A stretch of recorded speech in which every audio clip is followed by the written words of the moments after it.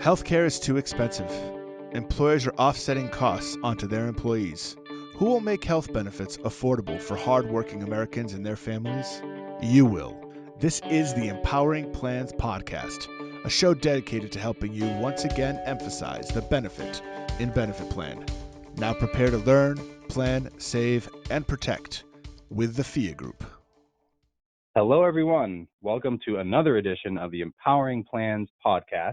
I'm your host today, Brady Bizarro. With me today is not Ron Peck, a bit of a surprise that we don't have him, but instead we have someone who I think in most cases is a lot better than Ron Peck, and that's the best, the fabulous Jen McCormick. Say hi, Jen. Oh, what an introduction. Thank you. Hello. I'm so happy to be here with you today. Excited to dig right in. It's been quite a while. It has. You know, I don't like to put a date on these podcasts sometimes, but today's Groundhog Day. I have to say, I was looking to see early, did he see his shadow? Did he not? And the way I understand it, I forget which one it was, but winter is going to be longer. That's what I know. So happy Groundhog Day. Yes. Hope we don't have too much more crazy snowstorms and snow.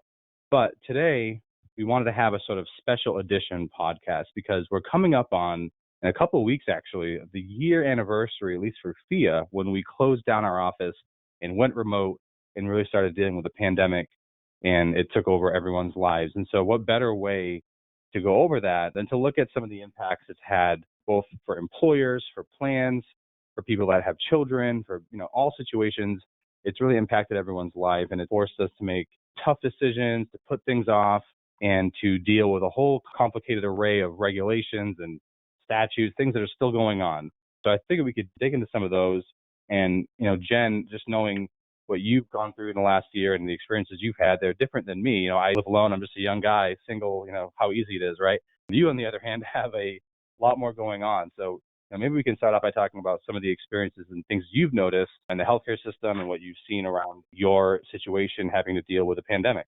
Yeah, if I had to pick one word for the past 12 months, I guess 11 months at this point, I would say resiliency. That has really been the thing that whether you're a single guy living alone or you're living with your family of 10, that has been something we've all had to endure. And that has played a huge impact on not only our day-to-day lives and how we interact with each other, how we interact with our colleagues, and how we interact with our family.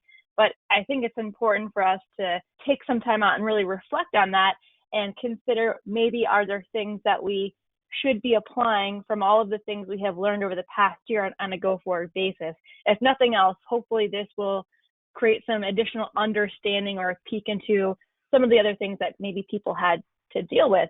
And I think this has been something that we have talked about in the past on webinars and in other situations. But I think the biggest thing that we have seen or that has come to light is the impact that the isolation or the togetherness, I will call it, that everyone has had been on everyone's mental health. And it doesn't matter if you are by yourself or in a tight space with a lot of different people. I think there has been a lot of considerations that people have maybe had to focus on, maybe finding a time to disconnect or finding some sort of physical things that you can do. It's hard when you are sitting all day at home, the spot that was traditionally reserved for being at home. And I don't know what it is that you do, Brady, maybe watching Desperate Housewives or something in your spare time. But now it's hard to disconnect. And I think that's really had a toll on everyone. I mean, as far as for me, at least. And now not only are you balancing your work and when to watch your shows or however it is that you do your release, if you have kids, you're now also trying to find a time to make sure that they are signed up for their Zoom classes. And I can speak to this on personal experience, but it has been really challenging to manage not only my schedule here at FIA, but also my kids seem to have more Zoom classes than I do. I don't know if that's something that, Brady, you've dealt with trying to, handle all those Zoom classes you have for yourself, but imagine that times 4. Yeah, that's pretty hard to imagine. I feel like we have quite a few meetings, and I think most offices in general have, from what I've been reading about, at least, people are seeming to have more meetings than they used to before this because Zoom is just so easy to hop onto.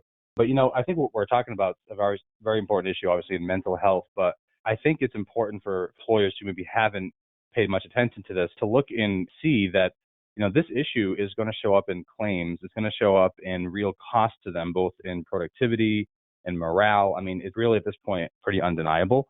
mental health claims in general have historically been not in the forefront, not in the spotlight by, insurance companies, by employers, by really the government even. So I think this pandemic, to your point, Jen, it's really having an impact. We're seeing more claims of people, alcohol related claims, depression related claims. And, if you read any business article, you'll see that employers are struggling to keep their workforce motivated, to keep morale high, to keep productivity high, on top of all the things already going on in terms of the economy being bad. So it's really important to, make sure you have some kind of a program in place, whether it's an EAP, an employee assistance program, directly to work with plan participants, or even if you're doing things as an employer, simple things like having weekly staff meetings where, you're lightening the mood, you're getting some positive people on those meetings to just make everyone feel at ease and sort of together. Because that's been one of the challenging things for me. I mean, friends of mine and for myself too, you're out of law school, a couple of years go by, you're looking to move near the city, or maybe you're realizing, hey, I can work from home, I'm going to move away. It's really impossible to make future plans. So whether you want to start dating or whether you are thinking about having kids, I had a few friends who postponed weddings. I mean, it just, all these interruptions happen, and I think collectively they can take a toll on you and your workforce. And that's why we've seen a lot of creative ideas. We've done a lot of things creatively at FIA to keep people, feeling involved and, just trying to do our best to give a sense of togetherness. Yeah, and I think that that's been really important, and one of the things that's really helped me to, keep carrying on from a day-to-day basis. And I think this is important for others to realize that the impact for mental health can not only be resolved by potentially adding an EAP or looking at those types of programs, but also we talk about the employee handbooks and other contexts, but this is a perfect example where maybe there are other non-planned benefit type things that we can do. Maybe that's, like you mentioned, having those staff meetings, or maybe it's taking a look at the opportunity to be a little bit more flexible with our scheduling, or maybe this is a time where we can encourage employees to take advantage of having a nanny or a daycare services, or adding some sort of decap to their cafeteria plan. But there are other things that should be considered above and beyond the plan to help overall perspective, to take a deeper look at that picture and make sure that when we come back to work, fingers crossed that that's sooner rather than later, that we can all connect differently again, that we don't lose sight of what's important, and appreciate that this has been a hard year. I appreciate it for so many reasons. I'm sure you do too, Brady, but I can appreciate when it'll be over as well. And this has really been on a day-to-day basis different too. There are certain things that being at home, was it say that they take 21 days to create a habit and 1 day to break it? That being in a home for such a long time, there are a lot of habits that we used to have that are no longer the case. And we used to be so excited to do those Zoom happy hour calls and meet up and connect, and those have sort of fallen to the wayside. And we want to make sure that we can connect in our daily lives with people. I'm not sure, Brady, how from your perspective, there's anything that you have done to help stay connected to people that you maybe aren't able to see or live far away and you're not flying across the country to see. Yeah, I mean, it's tougher now, in the wintertime with the weather. But I mean, before that, I live near family. I mean, I've got cousins, a lot of cousins that are close to me. So I go and, from a distance, well, I don't go inside. I follow the regulations, do things like that. And I've done Zoom calls with family as well. And I suspect many of our listeners have done the same as much as they possibly can.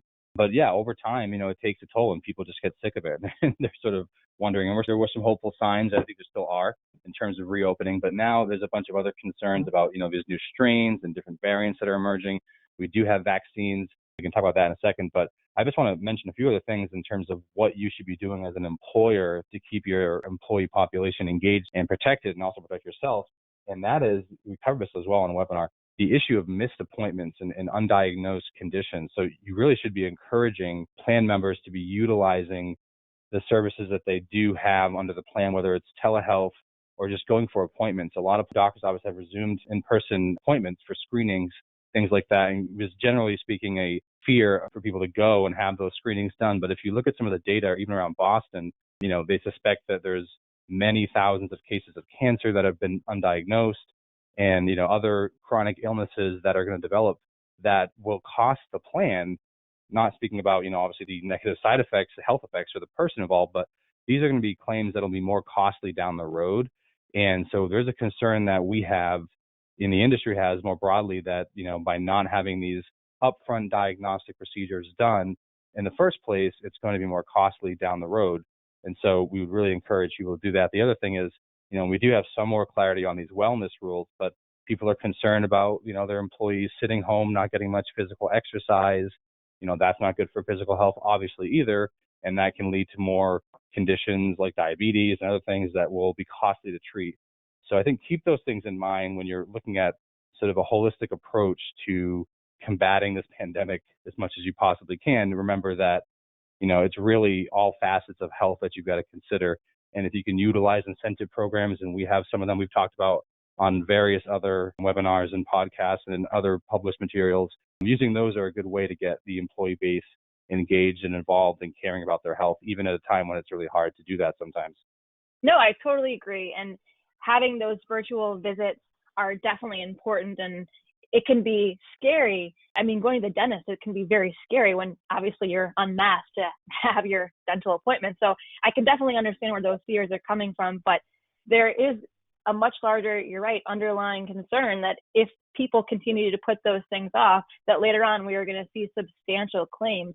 We've seen that over the past year that so many elective procedures have just been put off, and outside of the virtual visits and the potential complications and concerns this could have later on, this is also concerning for those people that are having those imminent issues that they can't have necessarily the support while they're in the hospital right now too. And in the old days, a year ago, if we had a family member or somebody who was sick or needed to be inpatient, we could be there for them to help support them through that. And now is the time where we really can't, with all the COVID rules and the isolation, having somebody not only putting off their virtual visits, but should it get to the point where you need to go inpatient, it makes it even harder because there's that lack of support. And I do feel that having that connection has really been important for people's recovery in the past. And I think that we're actually seeing the effects of people not getting the actual physical support by having a visitor in the hospital, having somebody inpatient on their recovery. It's taking longer. And the longer that somebody is staying inpatient, it means the higher the cost of the claims. So I think this has really paid a toll for a lot of families in a lot of different ways, whether it's their experience in setting up the different Zooms or the failure to meet in person to see your doctor or for a particular family member. And I think that it would be short-sighted of an employer to not consider all of those varying complications when they're putting together their benefits outside of the plan. But their handbook, like you said, Brady, there's just a lot of different things that can be done to help this from becoming a bigger problem later on, whether it's the wellness rules or encouraging them to be active or some other interactions. Yeah, absolutely. And, maybe a good topic to finish on here is, in addition to having to juggle the economic impact of the pandemic and the sort of human resources impact, there's a question of what do plans and employers have to cover in terms of vaccines? What kind of questions are we getting asked in terms of employers that are looking to the future and want to reopen? I would say, starting with vaccines, remember that there are certain vaccines you have to cover by law because of the CARES Act that was passed last year. And there's a couple now already on the market that have gone through the proper testing and received a recommendation by the CDC to be covered. That's, of course, the Pfizer 2-dose vaccine and the Moderna vaccine. I think the Johnson & Johnson one has made it to trial now. I'm not sure it's been recommended yet, but those first two vaccines I mentioned have been recommended by the CDC Advisory Committee, and the 15-day waiting period has gone by. So you do have to cover those without cost sharing for plan members. And clients have asked us whether they should have sort of a vaccine clinic set up on site. Our recommendation mostly from that and looking at, what other law firms have been saying and other, people in the legal community don't really recommend that you do that. If you're in an industry where you feel you need to require the vaccine or you want to, you're allowed to legally do that, although most still are not doing that. But in terms of hosting the vaccine sort of site, unless you're a hospital, right, you're already equipped to do that, most people are not doing that. Most businesses are not administering the vaccine on site. There's a bunch of liability issues to be wary of that. But in terms of whether you can require it, we get the question a lot, and the answer is yes. You can require the vaccine. There could be some state law issues that may come up, but from everything we've seen, in fact, there are certain states that mandate certain industries do make the vaccine required. So, for example, if you work in healthcare, if you work in nursing homes, if you work on airplanes and other critical infrastructure sites or transportation sites, you might actually be required to make sure your employee population gets vaccinated.